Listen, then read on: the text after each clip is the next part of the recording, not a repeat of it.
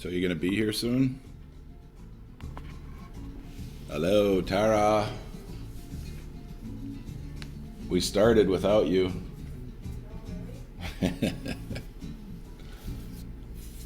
I'm just sitting here enjoying my Spanish guitar and my cafe. My cafe, what's the Spanish word for butter? El buttero? Say that again. Monte or Nante? M or N? M or N? Hey. Mantequilla? Mantequilla. I'm our cafe Mantequilla. Nice. I like to mix Italian with Spanish. It's just my thing. Cafe is like world, global. I was going to say mundial. Well, listen, it is like we're in a cafe. It is, totally. We got the music in the background. Yep. You're shaking your upper body. Rotating. All right.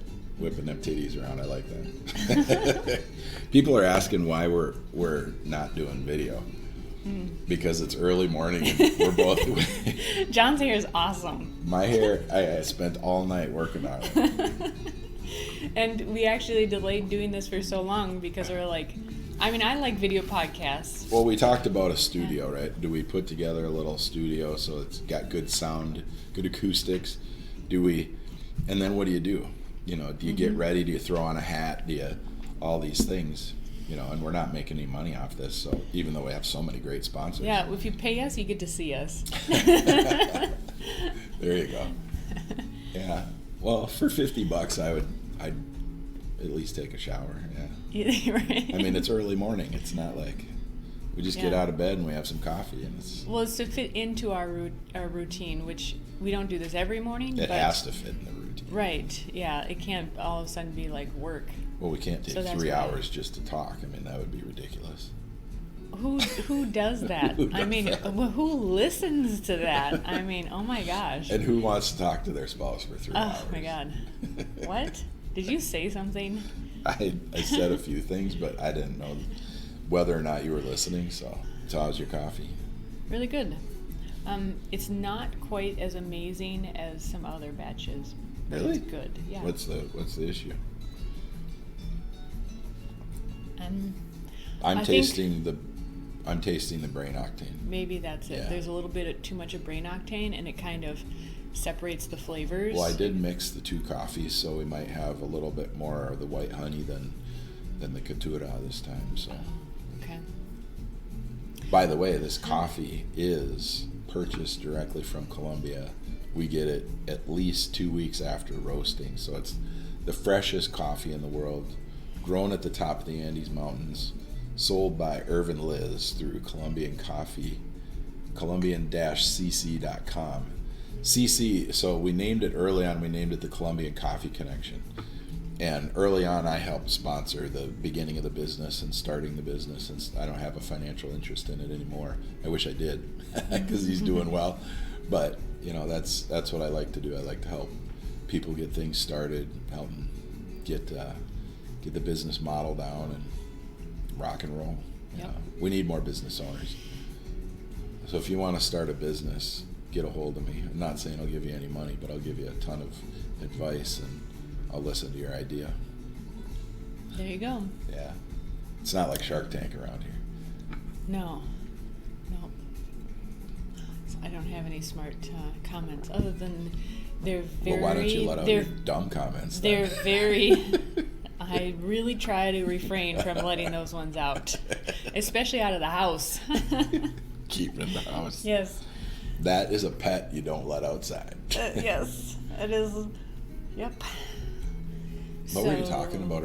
You were talking about a sauna this morning, a sauna, an infrared sauna, right? Mm-hmm. We'll get one for in-house. Yeah. Anyone want to sponsor Yeah, sauna? if there's a sauna company out there, we'll rock and roll. We'll talk about it all the time. You know what's funny is sauna is actually how you say it. But we've always like heard, well, not always. Sauna. Sauna. Sauna. That's probably because the first time we heard it, it was somebody from New York. But if you dig back into the language, like in Minnesota we say boat and oofda, it'd be sauna. Yeah. Sauna. Yeah, it's supposed to be Yeah, apparently. Mildred, I'm going out to the sauna. Yes. And then I will jump out into the snow. Yep. And she's like, well, heck, Frank, why don't you just jump into the lake? I did that yesterday, Mildred. Yep. Mm-hmm. Yep, the lakes are pretty chilly. There's like 2 weeks in the summer when they're warm, and then they bloom with People say chillax. I say chillakes. chill lakes. Yeah, it's when the lakes are cold. Yeah. It's like always. Well, you were going paddleboarding last summer out on the lake out here. Yeah, actually, it depends on the size of the lake, which you know, but Yeah. we have a lot of lakes around here. Well, really big ones will have too many waves usually for Yeah. paddleboarding. Well, I've gone to Lake Waconia, which is a very large lake. Apparently, it's bigger than the chain of lakes. Something compared to Minnetonka. It's just almost as big as, but that's a chain of lakes. Yeah. Anyway, so people who know Lake Minnetonka, Lake Waconia is a big round lake out a little bit further west, and it's huge. It has an island, and yeah, it does tend to have more waves. But I've caught some calmer days, and it depends, like if you're I thought you were which side saying of the caught lake. some fish, like you were fishing off your paddleboard. I caught some I know. calmer days. I suppose that's lake lingo, right? You got to catch it, you got to release it. Yeah. Did you release some emotions when you were on your paddleboard? Yeah, they just kind of tend to swim away. So yeah, like if the wind is coming from the southwest and there's a nice launch on the southwest, then you have a little bit of a kind of a, like break from the wind for a little bit. So if you stay close to the shore, then it'll be more calm. I always stay close to the shore. I'm sure, on your jet skis and all that fun stuff. Back in the day. Yeah. Well, I shared the picture Grace on Facebook, and everybody seems to be liking it. The picture Grace is Minnesota's official state photograph. Yeah, when you first said that, I thought it was like a joke. Thought I was joking. Yeah, because you do have a tendency to want to joke around. Come on. Well, my conspiracy post is getting a huge amount of traction. So give people the date. So if they're wondering what the heck. What's the date? Date of April 3rd. what? Is what? So they can go back in your feed and see. Oh, it's April 3rd today. Yeah. Yeah. And people go on my Facebook. That'd be funny.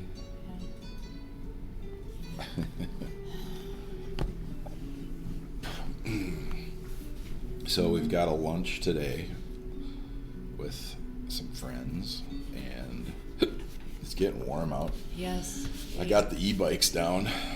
We like to mountain bike in the woods, and we bought e-bikes a few years back, and we bought some new ones this last year and upgraded and really like them. Yeah, they're awesome. If somebody really wants to e-bike, because we are sponsored by Specialized, we get the Levo Turbos. Mm-hmm. They're matching they're set. the SP. Yeah, we did. We got matching colors, so it's just easy. It's easier. Then I can see you in the woods. Yeah, that is because they're bright orange, kind of reddish orange. Yeah. Well, you're always wearing dark colors, so if it weren't for the bike, I have basically lost you in the woods. Yeah. And I'm the wife going, John! John! I've only heard you holler my name once. Yeah. So I need to yell louder? Is that the thing? No, you don't. I probably wouldn't hear you anyway. Mm-hmm. I sing to myself when I'm riding. I sing out loud. Like, what songs do you sing? Like like, oh, what's the song? Or I don't know what the name of the song is, but it's, Sing it. oh, we're halfway there. You know, Is it living The on Journey? a prayer. No, Bon Jovi, living on Okay. a prayer. Yeah. Living on a Prayer. Like if I almost have an accident because I'll be like Woo! pooping my pants. But no, like if I almost wipe out. Like songs just Wipe out. yeah, right? Songs just pop into my head all the time. You know Yeah. that. Yeah, I'm in your head all the time, so I'm like, what's this song doing here? That song is popping. Just Yeah. pop it like it's hot. Yeah. Making up new lyrics? Do you make up new I make up new lyrics all the time. Just give me a good melody and I'm like a rapper. So are you usually... Or drop a good beat, you know. Yeah. I'd have to speak rap lingo. Yep. Drop me a beat and then I can sing. So 80s. Oh, Whatever. 80s all the way. 80s, 70s, you know, some 60s. I like But what's Drop It Like It's 40s Hot? and 50s too. I like to listen to some big band stuff every now and then. I like when they blend big band stuff with other things. Mm-hmm. So, I mean, the big bands were so proper, you know, it's just so like, but then I mean, when it comes together, you know, it's like an orchestra. When it comes together, it's just like, wow, you know. So yeah, I Do you have big bands in your head? think about music when well, you know, it comes from motocross. I mean, we just be jamming all the way to the track, you know, playing our favorite songs and just cranking it, and then you get to the track and then you're on the bike, you know, and you can't hear anything. So we didn't have wireless pods back then. You know, we didn't try and wear headphones in our helmets or anything, but you know, it's like, you know, it wasn't heavy metal, but it was more hard rock that we listened to going to the tracks, and then you got the songs in your head while you're riding. You know, sometimes your bike is just playing. You know, the engines have a tune to them, and it's like when I bought my first Ducati, I couldn't believe it. You know, everybody had said things like, you know, it feels like a heartbeat, and it just sings at a certain RPM. You know, it just sings, and I'm like, yeah, you know, I mean, I've heard excellent rhythm and excellent sound from a two-stroke single cylinder, from two-stroke two cylinder, two strokes. I've heard it from V8s. You know, not many people understand a V8 engine. You know, the way that it sounds when it goes down the road. But man, when I got on that twin, it's a V twin, but it's not quite a V. I forget the exact angle, but it's naturally balanced. And I didn't really experience it until I was out on the track. I felt it on the road when I was riding on the road, but I didn't experience it fully until I went to track days, and I had more. It was more of a relaxing track day. Was way more relaxing to me because, you know, there's no obstacles, there's nothing to run into, there's no cars, you don't have to worry about anything. You're just on the track. It's so easy to ride. And then you really can get into, I mean, I could hear my tires on the tar, you know, and you know, they're sliding a little bit, and you can hear it, and it just, everything changed, and man, it was just a beautiful sound. And I rode my Hyper on the track and my Panigale on the track, and it was just a heartbeat. You were going way faster than you felt like you were going on the Ducati. On the regular inline bikes, you sound like you're going way faster than you're going, and you feel like it because the bike is not, it just isn't balanced like the Ducati. So anyway, yeah, going back to, you know, Sounds. racing motocross and snowcross and flat track quads for a couple seasons on the quads, you know, just hitting those notes, the engine just, when it's really in tune. And when you're in tune with it, you hit a balance. You find where that engine torques and where it relaxes and where it wants to just accelerate like a mad dog. It's something else. Most people will never understand it. It's a way bigger addiction than anything else. Wanting an engine. When you sit on an engine with that motor is between your legs, it's not a sexual thing, but it kind of is. It's an addiction.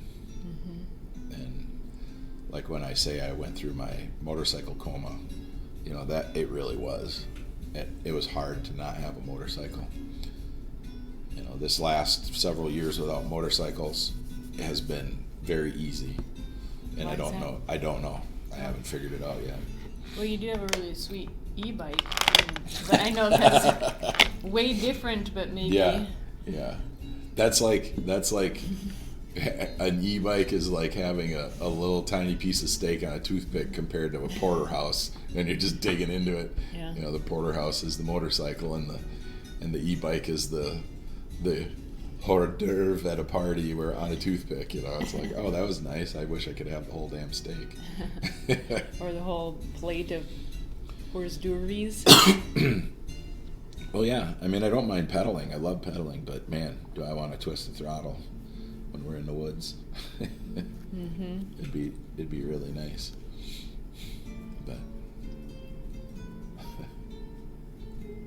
But yeah, maybe I matured out of it or outgrew it, or maybe it's a spiritual thing, or because I went in and out. I quit racing for a time, and then I started again after I ended up getting too ethereal. I had to ground myself again.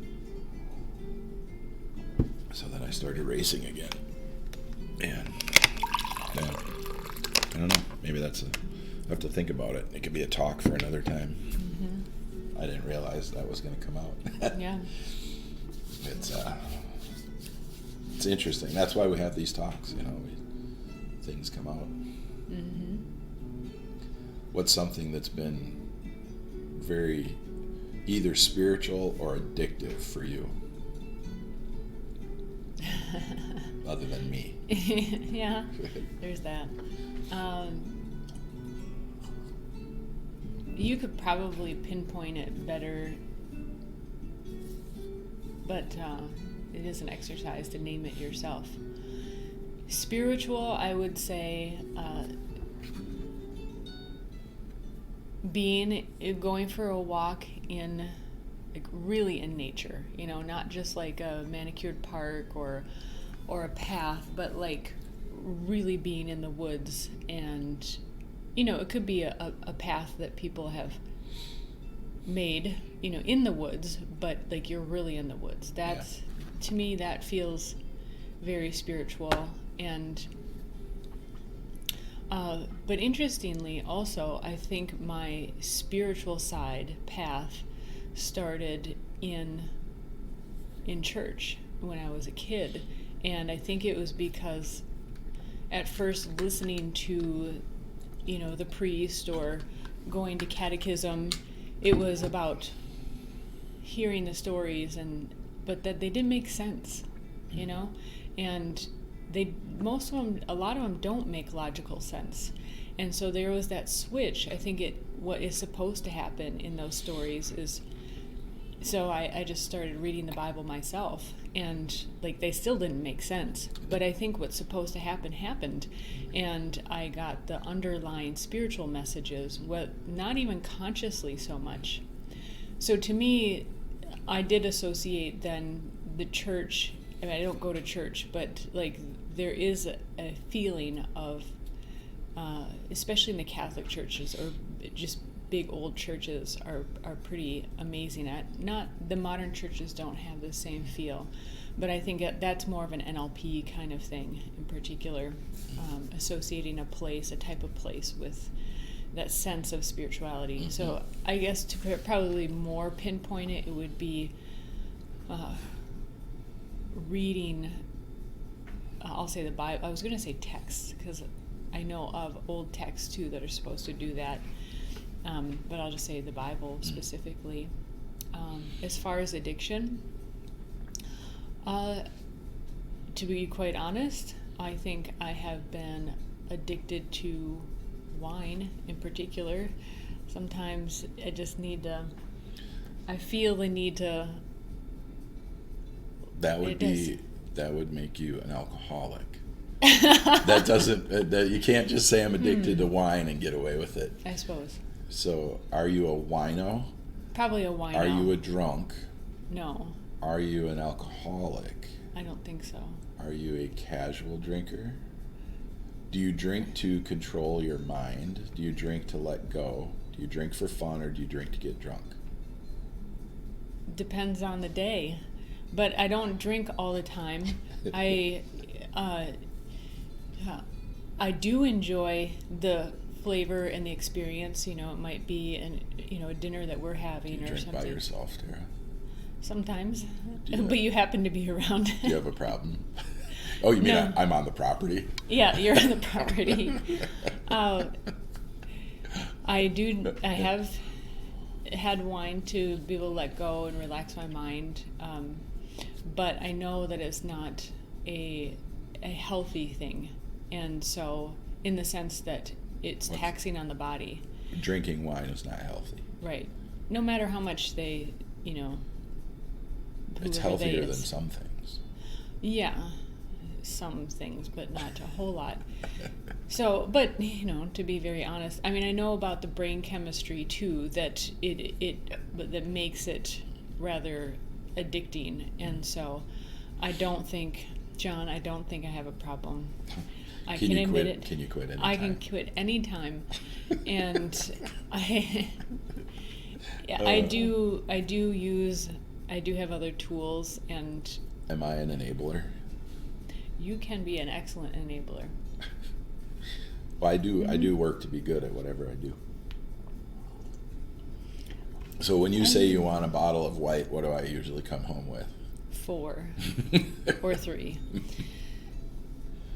And that is helpful, but not always helpful. And so, yeah, yes. Well, I was going to say, I find that drinking in, like, spurts? yeah, 2 to 3 day tight compartments, right? Like drinking for the 2 to 3 days, Not- or that's the space in Not between? continuously. Okay. Like each evening for most of the time, 3 days. Like if I have wine 3 days in a row, that's about the limit. That's when I can really start to feel that because if we sit down and have dinner and I have a couple glasses of wine, I actually feel like it did my body some good. And I don't know if it's like, most of the time we either eat lamb or bison or, or salmon or walleye. Mm-hmm. That's kind of our meats. Yeah, well, chicken every. Oh, chicken. Yeah, Sorry, I forgot too, chicken. yeah. So I don't know and I mostly drink red wine. The white wine, it just tastes like grape juice, like a light fruit juice, and I could drink like 3 bottles, but I don't feel good after white wine. Red wine, I actually feel good, but not like while I'm drinking, but like the next day. But it's only for 2 to 3 days, and then I need to not have any or have less. Like if I had 1 glass with dinner each night, I'd be fine. But after I have 1, I want 3 or 4. And Yeah, there's that. technically 4 is a bottle, the way I fill my glass. So Yeah.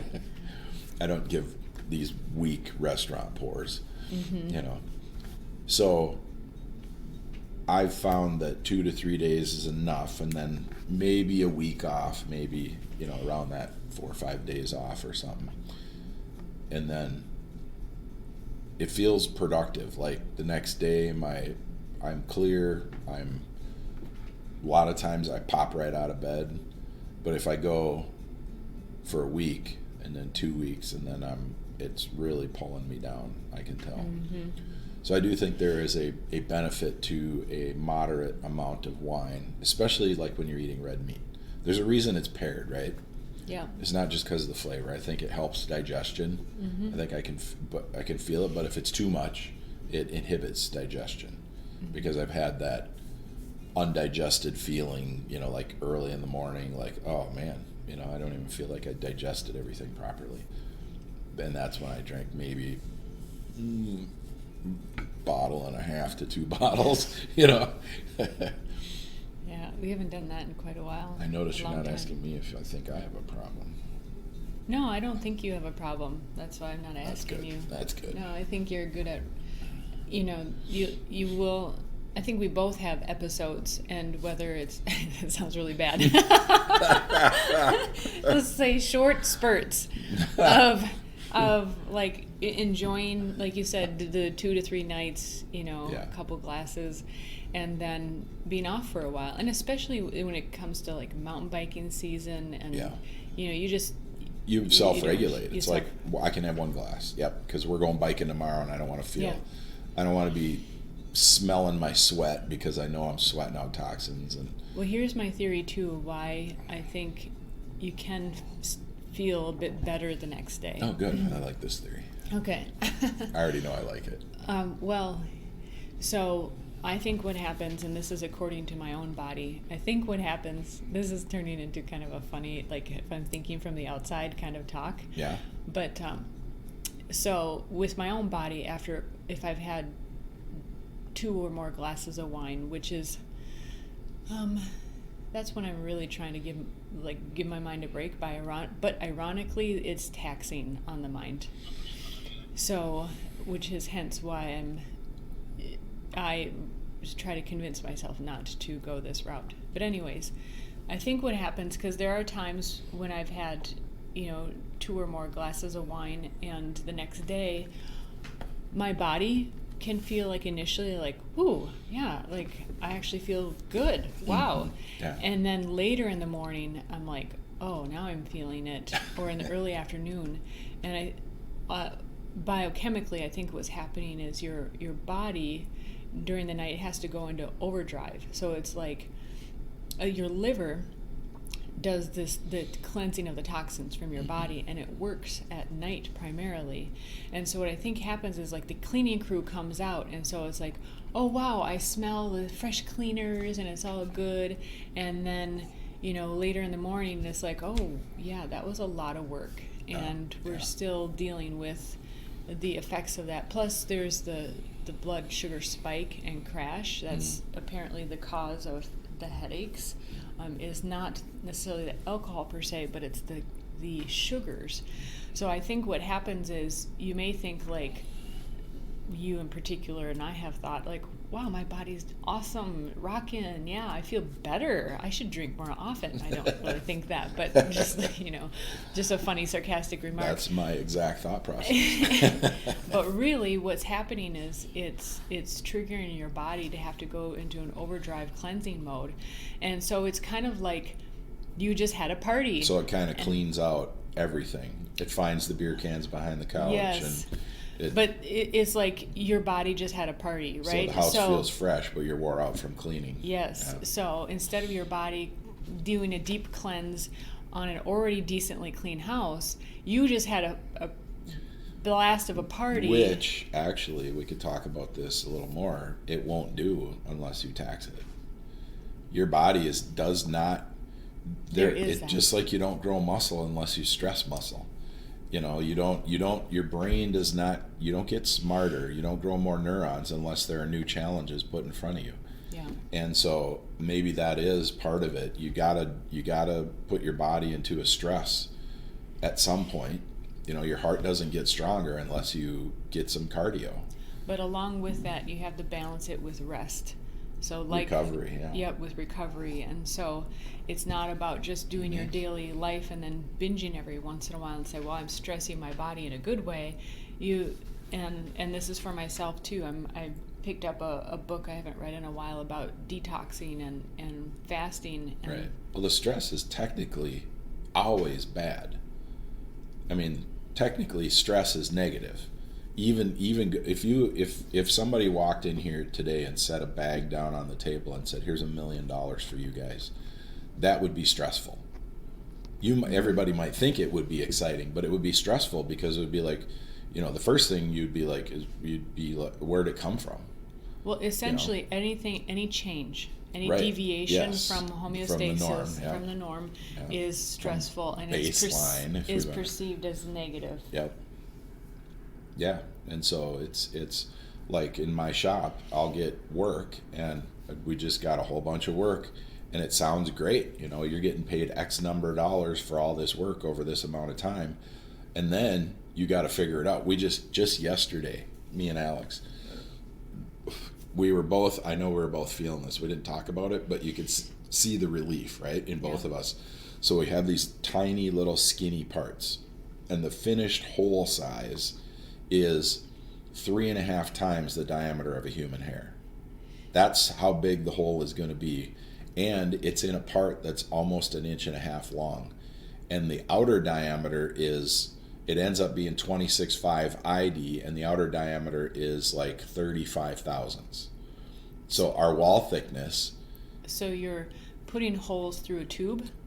We're making a tube. You're making a tube. We've got a skinny little part that's a round rod that sticks out about 1.5 inches, and we got to put a hole through that. Through the side? Through the middle. Oh, through the all middle, the way down. the lengthwise. The length. Okay. Now I'm just trying to help because, like. Yeah, well, that would make it a tube. Yes. Yeah, like a straw, right? We got to Yeah. put the hole down the middle, and the wall thickness ends up being somewhere around 9 thousandths per side. So we can't overheat it. We can't blow out the side. It's got to go straight. We're using a 15 thousandths diameter electrode to put the start hole in. That's twice the diameter of a human hair.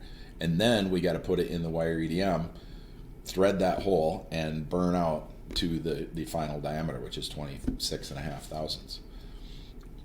And the first one worked, and we both, the relief on Alex's face, he comes over and he's like, look at this, look under the scope, go look under the scope. And I'm like, okay, he's not like, he didn't have a demeanor that told me that it failed. Yes. So I went to the scope and I said, must have worked out good, huh?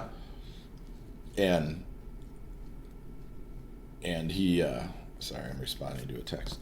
He said, yeah. And I was like, yeah, what? And, excuse me. And so I looked at it and I'm like, holy cow. First I looked at the small hole burner hole, and it was slightly off center. And I was like, oh, is that going to clean up? And he's like, yeah, I'm not sure. He ran it through the wire, and I looked at it, and then it was miles. We had miles of space. I mean, it was just like, and now I've been cutting the rest of them, and it's worked out. And that was like the moment of stress that we were in all this work. That was the hardest thing. And we came up with the process. We did it different than last time because we had them turned up by somebody. Well, we EDM spun them this time, and all this technical jargon, which I'm not going to explain here, but holy cow, that was such a relief.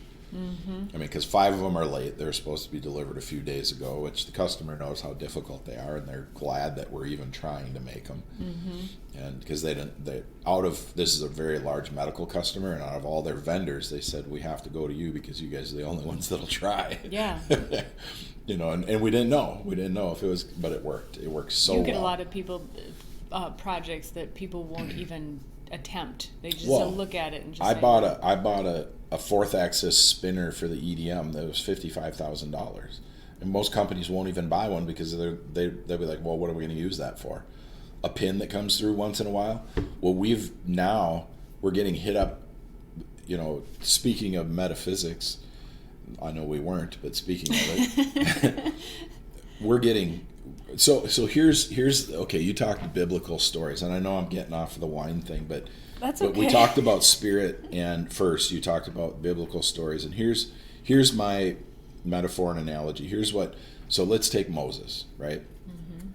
So Moses leading the Israelites out of Egypt, right? And getting to the Red Sea. Okay, so here's my metaphor, here's my analogy. I believe in a lot of things. I've had things happen to me personally. I've had very terrible instances in my life. I've had the cards stacked against me, and I've always come out on top. And we could attribute it to many things. We could just say, but let's just take Moses, right? They're killing the kid. He puts on the river. He ends up in Egypt. He becomes the favorite of the Pharaoh. Blah blah blah, and and then all of a sudden he realizes his people are enslaved, and he's gonna leave, and he takes them out of Egypt, and then they get to the Red Sea, right?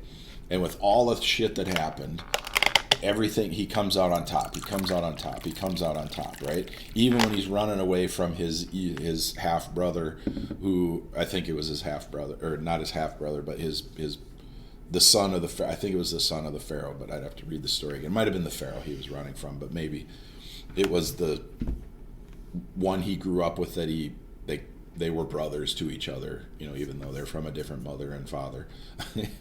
And then he had to leave because the Pharaoh is arrogant and all, whatever the story is, right? Everybody can read it. Well, they end up traveling and going, and then the army's chasing him, and they get to the Red Sea, and he's like, I'm going to part the Red Sea. And that story is analogous to what a lot of modern business people say is you have to keep going. No matter if you fail, you have to keep going. You're going to go through trials and tribulations. You're going to fail. You're going to think that everything is going to fall on top of you. It's stacked against you. Everyone's saying don't do it. But you're doing the right thing. If you keep doing the right thing, the Red Sea parts. Mm-hmm. And the evil people behind you that are trying to enslave you and your people get killed by the wave of the Red Sea is parted by metaphysics, by God, right? And then the metaphysics works against the people who are not doing it for the right reason. No matter how much they manipulate, their empire does not last, right? And so that's what I see, right? I see that as a story for me. It's a spiritual story. Maybe Moses parted the Red Sea. I mean, we think now that nothing like that can happen, but if you go back then, they didn't have TV, they didn't have radio, they didn't have all these distractions. They could be introspective. If you were a shepherd out in the field, you were watching the sheep to protect them from the wolves and the coyotes and all the things in the wilderness, the bears and whatever, right? But what else did you do? You didn't pop out your iPod and listen to your favorite tunes. And you didn't play music because you weren't trying to attract the animals. You might sing to yourself, and you might think, and you might pray, and you might be sitting there, and then a spirit shows up next to you and like, hey, what are you doing? Well, I'm watching the sheep, protecting them. Is there any wolves around? No, they won't know about you. We're covering you. I mean, maybe there was communication. Maybe it was way more easy to be spiritual back then because there isn't even any frequencies bugging you. There's no radio, there was no telegraph, there was no satellites. Yeah. I mean, people were chiseling out rocks and writing on papyrus, I mean, unless there was a technology we don't know that they had, because how the heck did you build the pyramids? But, I mean, I can envision and imagine that, when people are by themselves, it's like the indigenous people in the jungles when they say, that they dreamt of where the herd of animals were, right?